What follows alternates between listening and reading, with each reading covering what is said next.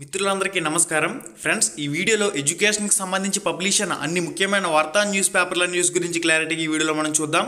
దగా డిఎస్సి వద్దంటూ మంత్రి అమర్నాథ్ ఇంటి ముట్టడంటూ దీనికి సంబంధించి ఒక ప్రత్యేక కథనం అయితే మెయిన్ ఎడిషన్లో పబ్లిష్ కావడం జరిగింది. ఇక టెట్కి సంబంధించి ప్రస్థానం అయితే ముగిసింది.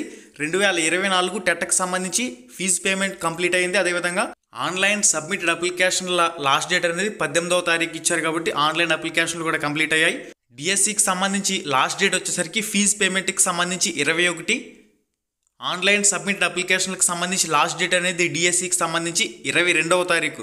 ఇక ఏపీ డిఎస్సి కోర్టు కేసుకు సంబంధించి చూసినట్లయితే ఈరోజు వాదనలు అయితే వినబోతుంది హైకోర్టు. దీనిపై ఏ విధంగా రియాక్ట్ అవుతుంది అనేది ఇన్ఫర్మేషన్ రాగానే మీకైతే పోస్ట్ చేస్తాను. కోర్టు కేసుకు సంబంధించి న్యాయ వివాదాలకు సంబంధించి అంశాలనేవి వెంటనే పరిష్కారం కావు కాబట్టి వాయిదాలు పడుతూ ఉంటాయి. హైకోర్టు తొలి రోజు వాదనలు వినబోతుంది కాబట్టి ఏ విధంగా స్పందిస్తుందనే చూడాలి. డిఎస్సి నోటిఫికేషన్పై 19న హైకోర్టులో అత్యవసర విచారణ. డిఎస్సి నోటిఫికేషన్పై హైకోర్టులో సోమవారం అత్యవసర విచారణ చేపట్టనుంది. ఎస్జిటి సెకండరీ గ్రేడ్ టీచర్ పోస్టులకు బిఎడ్ అభ్యర్థులను కూడా అనుమతించడం సుప్రీంకోర్టు నిబంధనలకు వ్యతిరేకమని కోర్టు పిటిషన్లో దాఖలైంది. బిఎడ్ అభ్యర్థులకు అనుమతించడం ద్వారా 10 లక్షల మంది డిఎడ్ అభ్యర్థులు నష్టపోతున్నారని పిటిషన్లో పేర్కొన్నారు. దీనిపై అత్యవసర విచారణ పిటిషన్ తరపున లాయర్ అనుమతి కోరగా సోమవారం విచారిస్తామని ధర్మాసనం తెలిపింది. ఓకే, దీనికి సంబంధించి విచారణ జరిగిన తర్వాత ఏ విధంగా అంశాలనే వస్తాయనే చూద్దాం. ఫ్రెండ్స్, మీ ప్రిపరేషన్ని మీరు కొనసాగించండి.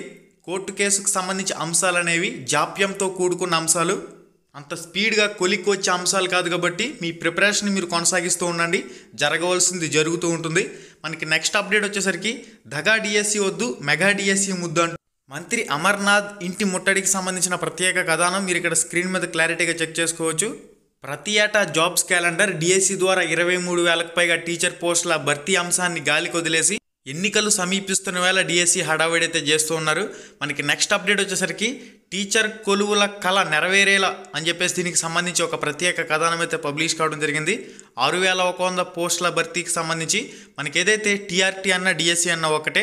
దీనికి సంబంధించి మనకి ఒక స్పెషల్ ఆర్టికల్ అయితే పబ్లిష్ కావడం జరిగింది. ఈ స్పెషల్ ఆర్టికల్కి సంబంధించిన ఏదైతే ఫోటో ఉంటుందో దీన్ని రామ్ రమేష్ ప్రొడక్షన్స్ టెలిగ్రామ్ గ్రూప్లో పోస్ట్ చేస్తాను. దీనికి సంబంధించిన కంప్లీట్ మ్యాటర్ అంతా కూడా మీరు రామ్ రమేష్ ప్రొడక్షన్స్ టెలిగ్రామ్ గ్రూప్లో ఈ ఇమేజ్ని మీరు కంప్లీట్గా మీ మొబైల్లో చెక్ చేసుకునే అవకాశం అయితే ఉంటుంది.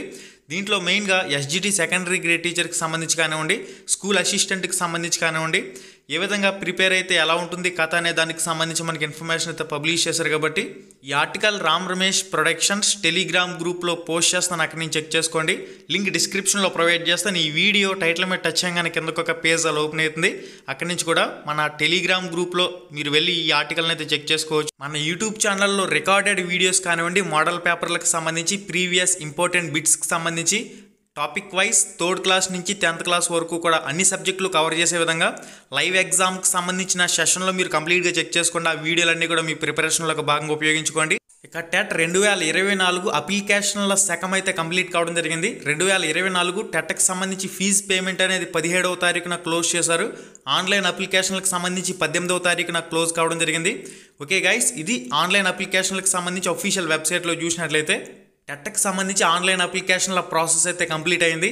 ఇక టెట్కి సంబంధించి వెబ్ ఆప్షన్లు అనేవి పెట్టుకునేందుకు మనకి ఎప్పుడు అవకాశం కల్పిస్తారనేది ఏదైనా అప్డేట్ వచ్చినట్లయితే తప్పకుండా మీకైతే పోస్ట్ చేస్తాను. ఏదైతే మీ టెట్ క్యాండిడేట్ ఐడి ఉంటుందో 2024కు సంబంధించి ఆ క్యాండిడేట్ ఐడినే హాల్ టికెట్ నెంబర్. ఆ క్యాండిడేట్ ఐడితోని మీ డేట్ ఆఫ్ బర్త్తోని ఇక్కడ క్యాండిడేట్ లాగిన్లోకి వెళ్ళి లాగిన్ అయ్యి క్యాండిడేట్ సర్వీసెస్ అనే ఆప్షన్లోకి వెళ్ళి వెబ్ ఆప్షన్లు పెట్టినట్లయితే అక్కడి నుంచి మీరు షిఫ్ట్లు సెలెక్ట్ చేసుకునే అవకాశం ఉంటుంది. గతంలో మాదిరిగా వెబ్ ఆప్షన్లు షిఫ్ట్లకు సంబంధించి అప్డేట్ అనేది మనకి అఫీషియల్గా ఏదైనా వచ్చినట్లయితే తప్పకుండా మీకైతే పోస్ట్ చేస్తాను. అప్పటి వరకు వెయిట్ చేయండి. ఓకే, ఇక్కడ క్యాండిడేట్ లాగిన్ అని ఉంటుంది. ఆ క్యాండిడేట్ లాగిన్లోకి వెళ్ళి మీకు ఏదైతే టెట్ ఫీజు పేమెంట్ చేసినప్పుడు క్యాండిడేట్ ఐడి వస్తుందో ఆ candidate ID date of birth ఇక్కడ ఒక క్యాప్చా కోడ్ ఇస్తాడు, ఎంటర్ చేసుకుని లాగిన్ అయ్యి ఇక్కడ క్యాండిడేట్ సర్వీసెస్లో మీరు అప్డేట్ వచ్చినప్పుడు చెక్ చేసుకునే అవకాశం ఉంటుంది. ఫర్దర్గా ఏ న్యూస్ వచ్చినా కూడా తప్పకుండా మన ఛానల్ ద్వారా మీకు కూడా పోస్ట్ చేయడం జరుగుతుంది కాబట్టి వెయిట్ చేయండి. మనకి నెక్స్ట్ అప్డేట్ వచ్చేసరికి డిఎస్సికి సంబంధించి ఆన్లైన్ అప్లికేషన్లు అనేవి ఫీజు పేమెంట్ లాస్ట్ డేట్ వచ్చేసరికి 21/2/2024 21/2/2024 DSC fee payment last date. DSC online అప్లికేషన్లకు సంబంధించి లాస్ట్ డేట్ వచ్చేసరికి 22/2/2024. ఇంకా ఎవరైతే ఆన్లైన్ అప్లికేషన్ చేయలేదో వెంటనే అప్లికేషన్ అయితే చేసుకోండి. ముందుగా మీరు సొంత జిల్లాకు సంబంధించి అప్లై చేసుకోండి. ఒకవేళ అసలు మీ సొంత జిల్లాలో పోస్టులే లేవంటే అప్పుడు నాన్ లోకల్కి సంబంధించి మీరు దృష్టి పెట్టండి. ఎంత దారుణం అంటే డిఎస్సికి సంబంధించి అఫీషియల్ వెబ్సైట్లో యూజర్ గైడ్ అనేది పెట్టలేదు. యూజర్ గైడ్ పెడితే అసలు లోకల్కి ఏ విధంగా అప్లై చేయొచ్చు, నాన్ లోకల్కి ఏ విధంగా అప్లై చేయొచ్చు, ఒక యూజర్ గైడ్ అంటూ లేకపోతే అసలు అభ్యర్థి ఏ విధంగా అప్లై చేసుకుంటాడనేది కూడా విద్యాశాఖ అధికారులకే తెలియాలి. యూజర్ మాన్యువల్ అని పెట్టేసి ఇక్కడ ఎటువంటి యూజర్ మాన్యువల్ పెట్టలేదు. వీళ్ళు చూసుకోవచ్చు, ఇక్కడ యూజర్ మాన్యువల్ పెట్టడం కూడా మర్చిపోయారు. ఆన్లైన్ అప్లికేషన్ లాస్ట్ డేట్ వచ్చేసింది 21వ తారీఖు, ఫీజు పేమెంట్కి సంబంధించి last date. DSC application ending వరకు వచ్చేస్తుంది, ఇంకా అప్డేట్లు చేసుకుంటూనే కూర్చున్నారు.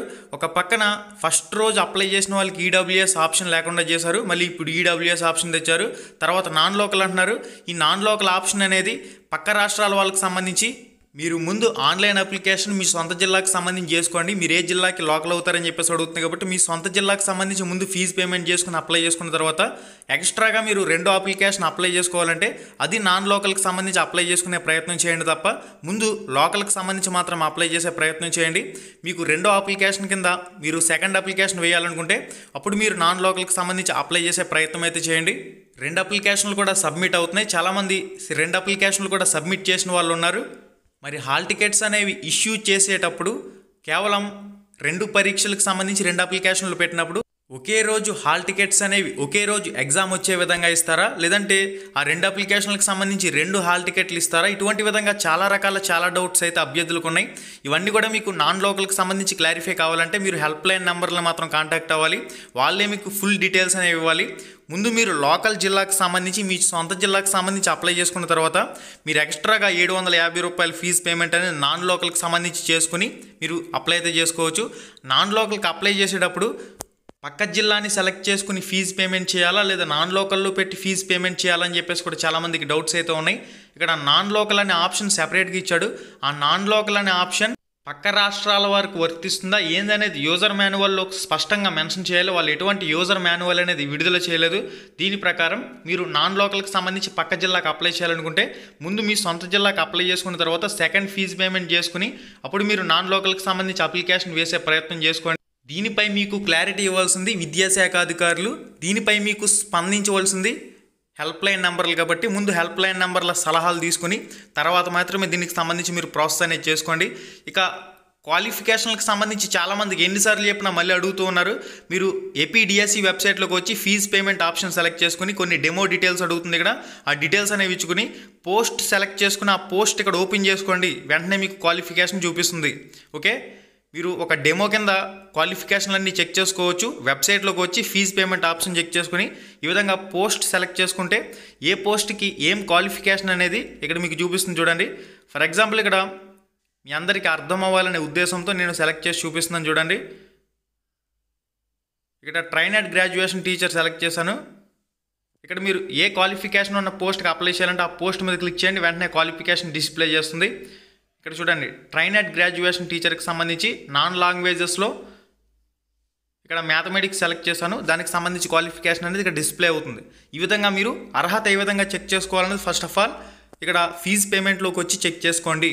స్కూల్ అసిస్టెంట్ అభ్యర్థులు అన్ని పోస్టులకి కలిపి ఒకేసారి ఫీజు పేమెంట్ చేసుకుని ఆన్లైన్ అప్లికేషన్ అనేది చేసుకునే అవకాశం అయితే కల్పిస్తున్నారు. కాబట్టి మీ అర్హతలకు అనుగుణంగా ఆన్లైన్ అప్లికేషన్ అనేది చేసుకోండి. ఇక అప్లికేషన్ అనేది ఏ విధంగా సబ్మిట్ చేసుకోవాలని స్టెప్ బై స్టెప్ వీడియో మన ఛానల్లో చేశాను. ఆ step by step process video చూసినట్లయితే మీకు ఫుల్ క్లారిటీ వస్తుంది. ఇక డిఎడ్ ఫైనల్ ఇయర్ వాళ్ళు, బిఎడ్ ఫైనల్ ఇయర్ వాళ్ళు, ఇప్పటి వరకు టెట్ క్వాలిఫై కాలేని వాళ్ళు కూడా అప్లికేషన్ అనేది సబ్మిట్ చేసుకునే విధంగా వెబ్సైట్ అనేది ముందుకు వెళ్తుంది. ఒకసారి చెక్ చేసుకోండి. ఇక చాలామంది ఈ డౌట్ కూడా అడుగుతూ ఉన్నారు, సార్ ఎస్ఎస్సి పాసింగ్ ఇయర్, మనకి ఇంటర్మీడియట్ పాసింగ్ ఇయర్ సర్టిఫికేట్లో మంత్ డేట్ కరెక్ట్గా లేదు, ఏం చేయాలని చెప్పేసి అడుగుతున్నారు. అక్కడ మీరు పాసింగ్ ఇయర్లో వాడు క్లారిటీగా ఇయర్ మెన్షన్ చేస్తాడు.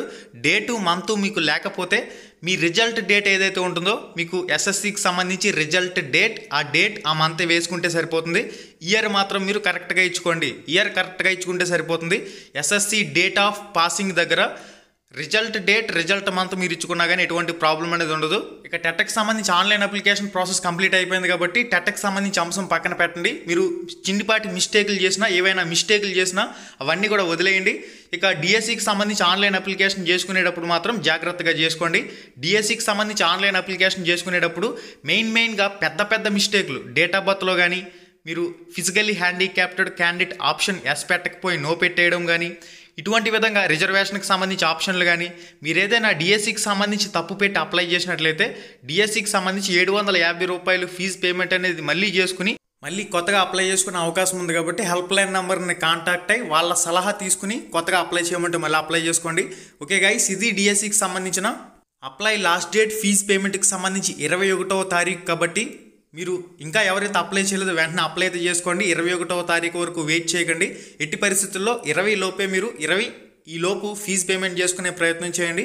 ఆన్లైన్ అప్లికేషన్ లాస్ట్ డేట్ వచ్చేసరికి 22వ తారీఖు అని చెప్పేసి ఇచ్చాడు. కాబట్టి 21వ తారీఖు కల్లా మీరు ఆన్లైన్ అప్లికేషన్ సబ్మిట్ అయ్యే విధంగా ఇంకా ఎవరైతే అప్లై చేయలేదో వాళ్ళు చూసుకోండి. ఇక టెట్కి సంబంధించి వెయిటేజీ కూడా ఏ విధంగా తీసుకుంటారనేది మీకు చాలాసార్లు చెప్పడం జరిగింది. మీకు 150 మార్కులకి జరిగే టెట్లో ఫర్ ఎగ్జాంపుల్ ఒక 60 మార్కులు ఉన్నాయనుకుంటే మీకు 20 మార్కులకు గాను 8 మార్కుల వెయిటేజీ అనేది తీసుకుంటారు. అంటే డిఎస్సిలో వచ్చిన 80 మార్కులకి మీకు ఎన్ని మార్కులు వచ్చినాయో ప్లస్ ఒక 60 మార్కులు టెట్లో ఉంటే 8 మార్కులు వెయిటేజీ కలుపుతారు. ఓకే, నెక్స్ట్ మీకు టెట్లో 90 మార్కులు వచ్చినట్లయితే 12 మార్కుల వెయిటేజీ డిఎస్సిలో యాడ్ అవుతుంది. మీకు టెట్లో 120 మార్కులు వచ్చినట్లయితే 16 మార్కులు, మీకు టెట్లో 140 మార్కులు వచ్చినట్లయితే 18.67. ఈ విధంగా టెట్ వెయిటేజీ అనేది డిఎస్సిలో కూడా యాడ్ చేయడం జరుగుతుంది. ఓకే, టెట్ వెయిటేజీకి సంబంధించిన కంప్లీట్ టేబుల్ మీరు స్క్రీన్ మీద చెక్ చేసుకోవచ్చు. డిఎస్సి 80 మార్కులు జరుగుతుంది కాబట్టి అక్కడ మీకు ఎన్ని మార్కులు వస్తాయి ప్లస్ ఇక్కడ టెట్ వెయిటేజీని కలుపుకుని మొత్తంగా 100%కి క్యాలిక్యులేట్ చేసి ఎవరికైతే మంచి మెరిట్ స్కోర్ ఉందో వాళ్ళని జాబ్కి ఎంపిక చేస్తారు రిజర్వేషన్ ప్రకారం, రోస్టర్ ప్రకారం. ఆల్రెడీ రోస్టర్ ఏ విధంగా చెక్ చేసుకోవాలనేది మీకు క్లారిటీగా చెప్పడం జరిగింది. ఇక్కడ రోస్టర్ పాయింట్లని 1 నుంచి 100 వరకు ఉంటాయి కదా. మీకు ఏదైతే వాడు పీడిఎఫ్ ఇస్తున్నాడో జిల్లాల వారి లిస్ట్కి సంబంధించి ఆ జిల్లాల వారి లిస్ట్లో రోస్టర్ పాయింట్ 1 అని చెప్పేసి ఇచ్చాడంటే అది ఓసీ క్యాండిడేట్ ఉమెన్కి ఉన్నట్లు. ఓసీ క్యాండిడేట్లో ఉమెన్ ఆ జిల్లాలో ఉన్న అభ్యర్థులు పోటీ పడవచ్చు. ఓపెన్ అంటే అందరూ పోటీ పడవచ్చు. ఫర్ ఎగ్జాంపుల్ 64 రోస్టర్ పాయింట్ అని చెప్పేసి మెన్షన్ చేశాడంటే బీసీడీ ఉమెన్కి ఉంది. 60 రోస్టర్ పాయింట్ అని చెప్పేసి మెన్షన్ చేశాడంటే బీసీబీకి ఉంది. బీసీబీ అని చెప్పేసి వదిలేశాడంటే బీసీబీలో మెన్ అండ్ ఉమెన్ ఇద్దరు కూడా పోటీ పడవచ్చు. రోస్టర్ పాయింట్ 100 ఉందంటే ఓసీకి ఉన్నట్లు. ఓసీ అంటే అందరూ కూడా పోటీ పడవచ్చు. ఇక్కడ చూసుకోండి, ఉమెన్ అని చెప్పేసి క్లారిటీగా మెన్షన్ చేశాడంటే ఉమెన్కి మాత్రమే, మెన్షన్ చేయలేదంటే అందరూ కూడా పోటీ పడే అవకాశం అయితే ఉంటుంది. రోస్టర్ పాయింట్ల టేబుల్ అనేది మీకు స్క్రీన్ మీద కనిపిస్తుంది. వాడిచ్చిన పీడిఎఫ్లో ఈ రోస్టర్ పాయింట్ ఏదైతే మెన్షన్ చేస్తున్నాడో ఆ రోస్టర్ పాయింట్ ఇక్కడ చెక్ చేసుకుని ఏ రిజర్వేషన్కి ఉందనేది మీరు చెక్ చేసుకునే అవకాశం ఉంటుంది. ఇది గైస్ రోస్టర్ పాయింట్లకు సంబంధించి. ఇక సక్సెస్ సిరీస్కి సంబంధించి బిడ్ బ్యాంక్ పుస్తకాలు డిఎస్సిని దృష్టిలో ఉంచుకుని, ఇక డిఎస్సికి సంబంధించి పరీక్షలను దృష్టిలో ఉంచుకుని ఎవరైతే ప్రాక్టీస్ పరంగా టెక్స్ట్ బుక్లకు సంబంధించి లైన్ టు లైన్ బిట్స్ ఏవైతే ఉంటాయో అవి మీరు ప్రాక్టీస్ చేసుకోవడానికి డిఎస్సిని దృష్టిలో ఉంచుకుని ఆర్డర్ చేసుకునే వాళ్ళు ఆర్డర్ చేసుకోండి. 9989191997. బుక్స్కి సంబంధించిన ఏ డౌట్స్ ఉన్నా కూడా ఈ నెంబర్కి మీరు కాంటాక్ట్ అయ్యి బుక్స్ డీటెయిల్స్ అన్నీ కూడా తెలుసుకోవచ్చు. ఫుల్ రివ్యూ వీడియో మన ఛానల్లో చేశాను, ఒకసారి లింక్ డిస్క్రిప్షన్లో ఇచ్చాను. ఈ వీడియో టైటిల్ మీద టచ్ చేయగానే కిందకు ఒక పేజ్ అలా ఓపెన్ అవుతుంది. అక్కడి నుంచి ఈ 3 పుస్తకాల బుక్స్కి సంబంధించి కంప్లీట్ రివ్యూ చూసి డిఎస్సికి ప్రాక్టీస్ పరంగా ఎవరైతే ఆర్డర్ చేసుకోవాలనుకుంటున్నారో వెంటనే ఆర్డర్ చేసుకోండి. ఓకే గైస్, మళ్ళీ వీడియోలో మళ్ళీ కలుసుకుందాం. శుభం, ధన్యవాదాలు.